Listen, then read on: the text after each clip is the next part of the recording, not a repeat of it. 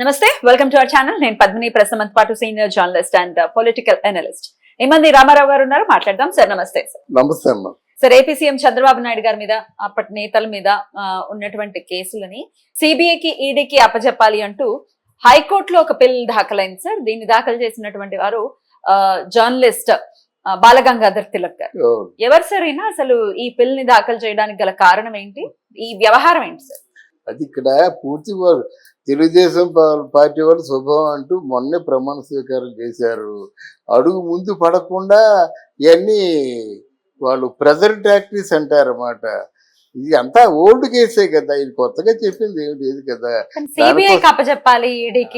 CBI కదండి, అందరూ విచారించి వదిలేసిన కేసే, ఇది కొత్తగా తిరగదోడుతుండదు తప్ప అదేం లేదు.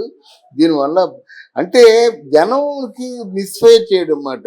ఇంకా చంద్రబాబు నాయుడు మీద కేసులు ఉన్నాయి, అవి అంటే పరిష్కృతం కాని కేసులు ఉన్నాయి అని చెప్పడం మైండ్ గేమ్ అది. దీనివల్ల ఆయన ఆలోచించింది ఏమి లేదు. ఈరోజు చంద్రబాబు నాయుడు మీద కేసులు ఉన్నా కూడా అంత ముందుకెళ్లే ధైర్యం ఎవరికి లేదు. ఆ కేసు తాలూకు వ్యాలిడిటీని బట్టి, స్థాయిని బట్టి ముందుకెళ్తారు. ఏదో ఎప్పుడో అక్కడ మీరు చేసినటువంటి దాంట్లో ఒక 20 కోట్లు తేడా వచ్చిందంటే 20 కోట్ల గురించి ఆలోచించే వాళ్ళు ఎవరు లేరు. వేల కోట్లు పోతున్నాయి.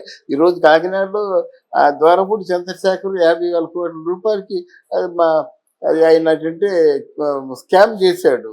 అలాగే వేల కోట్లు పోతున్నట్టు తెలియదు కానీ 27 కోట్లు గురించి ఆలోచించండి, ఈడీని నియమించండి అంటే అది కరెక్టెడ్ పని కాదు. ఇది కేవలం వైసీపీ పార్టీ వాళ్ళు చేసినటువంటి ఒక కుట్ర. Right sir. అయితే ఇందులో మోదీ గారి హస్తం కూడా ఉంది, మోదీ గారు ఇన్వాల్వ్ అయి ఉన్నారు అని కొంతమంది ఊహాగానాలు వ్యక్తపరుస్తున్నారు. వీళ్ళు కొండకి మోకాలికి లేదా కొండకి బోడిగుండికి ముడి పెట్టేటువంటి ఆలోచనలు. ఈరోజు మోదీ గారికి అత్యంత సన్నిహితులు ఎవరైనా ప్రస్తుతానికి అట్ దిస్ మూమెంట్ ఎవరైనా ఉన్నారంటే చంద్రబాబు నాయుడు. ఆయన ప్రభుత్వాన్ని 5 సంవత్సరాలు సంరక్షించుకోవాలంటే కొంచెం అరుదైన నాయకుడు ఎవరైనా ఉన్నారంటే మన చంద్రబాబు నాయుడు. ఎందుకంటే ఇప్పుడు చాలా బొటాబొటీగా మెజారిటీ ఉంది. ఇప్పుడు మిగతా వాళ్ళు కూడా అంతకుముందు నేషనల్ ఫ్రంట్ కన్వీనర్గా చక్రం తిప్పాడు కనుక మోదీకి కావాల్సిన మెజారిటీ ఉన్నటువంటి రాష్ట్రాల ముఖ్యమంత్రుల్ని కలిపే బాధ్యత, కలిపే సాహసం చంద్రబాబు నాయుడు చేయగలడు. ఈరోజు మోదీ చంద్రబాబు నాయుడిని ఎలా వదులుకోడు. అవసరమైతే జగన్మోహన్ రెడ్డిని వదిలేస్తాడు కానీ చంద్రబాబు నాయుడు వదులుకోలేడు అన్నమాట. ప్రస్తుత పరిస్థితి అలాగ ఉంది. వీళ్ళు ఏం చేస్తున్నారంటే చంద్రబాబు నాయుడికి, పవన్ కళ్యాణ్కి, చంద్రబాబు నాయుడికి, మోదీకి మధ్య ఏదో వైషమ్యాలు ఎడం అంటే వీళ్ళిద్దరిని దూరంగా జరపడం కోసం పుట్టిల రాజకీయ ప్రయత్నాలు చేస్తున్నారు.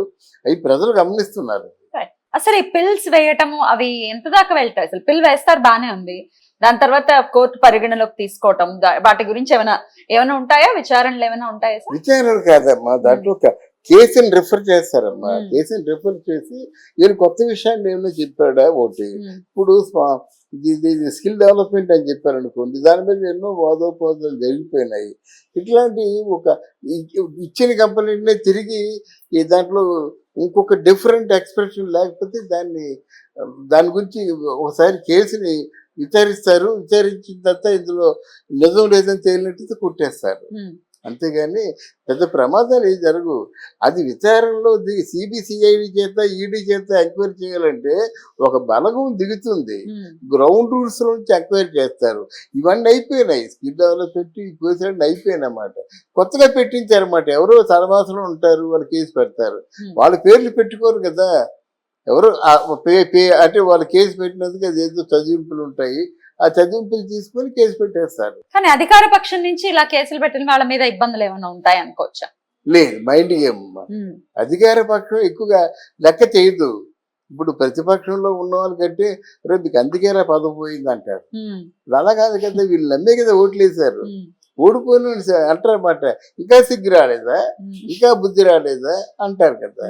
ఇప్పుడు అంటున్నా కదా జగన్మోహన్ రెడ్డి, రేపు 11 సీట్లు వచ్చాయి, ఇంకా నువ్వు రివ్యూ చేసుకోలేకపోతున్నా, నువ్వు పశ్చాత్తాపం పట్టడం లేదు, ఇంకా నీకు బుద్ధి రాలేదు అంటున్నారు అన్నమాట. బట్ అధికార పార్టీలో రూల్ చేస్తున్న వాళ్ళని ఎవరు ఏమీ విమర్శించరమ్మా. ఇదిగో ఇక్కడ మన ఒక్కొక్కరు జాతకాలు బయట పడుతున్నాయి కదా, ఒక్కొక్కరు పిన్నీళ్ళు వెళ్ళాడు, రేపు కొడాలి నాన్న వెళ్తాడు, ఎల్లుండి వల్లభ్రేణ వంశీ వెళ్తాడు. వీళ్ళు గట్టిగా అరిస్తే 4-5 జైల్లో ఉంటే చాలు, సజావుగా పరిపాలన సాగుతుంది. అదే జరగాలి, పరిపాలనకు అడ్డు రాకూడదమ్మా ఎవరు కూడా.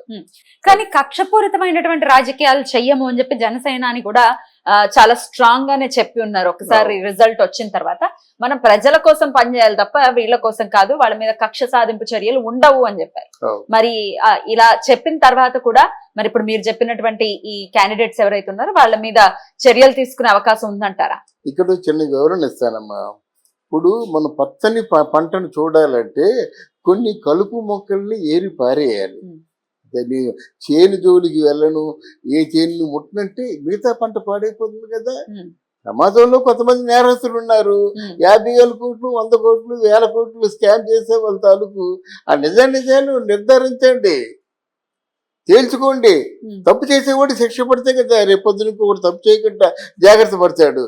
చిన్న ఏంటంటే ఒక ద్వారంపూడి చంద్రశేఖర్ రెడ్డి అనేటువంటి వాడు ఒక ఎమ్మెల్యే కాకినాడలో, ఆయన స్కామ్ 50,000 కోట్ల స్కామ్ ఉంది ఇక్కడ. అక్కడ పెద్దిరెడ్డి రామచంద్రారెడ్డి కానీ లేకపోతే రోజా కానీ వాళ్ళకు 3,000 కోట్లు స్కామ్ ఉంది. వాళ్ళు వదిలేస్తే ఎలాగ ఉంది?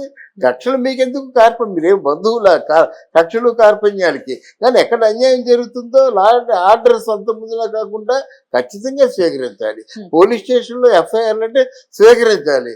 ధనికుడు వచ్చినా పేదవాడు వచ్చినా రాజకీయంతో ముడిపడి ఉన్నా ముడిపడకపోయినా నా బాధ ఇదంటే అక్కడ అప్లికేషన్ ఉండాలి, ఎఫ్ఐఆర్ ఉండాలన్నమాట.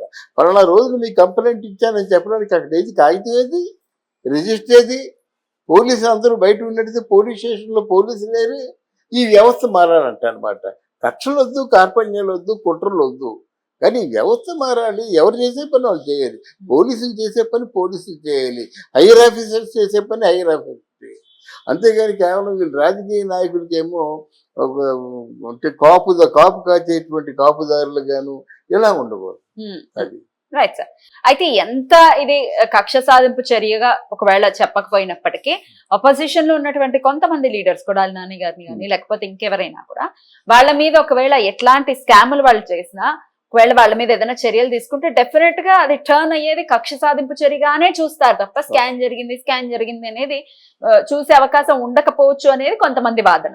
అవును, కరెక్ట్ అమ్మా. కక్ష సాధింపు చర్య అని అనే ముందు మీరు పరిపాలించినప్పుడు మీరు ఏ చర్యని ఆచరణలో పెట్టారు అది కదా. అసలు మీకు హద్దు పద్దు లేదు కదా, మీరేమనుకుంటే చేశారు కదా. పోలవరం అన్నారు, ఆపేశారు. ఇన్సైడ్ ట్రేడింగ్ అన్నారు, అది ఆపేశారు. లేకపోతే వైద్యం విద్య అన్నారు, రెండూ లేవు. వైద్యం లేదు, విద్య లేదు. ఇంగ్లీష్ మీడియం అన్నారు, ఏం చేశారు? రూట్లు అన్నారు, నాశనం చేసేసారు. ఆంధ్రదేశంలో ఉన్నటువంటి ఆ రూట్లన్నీ నాశనం చేసేసారు.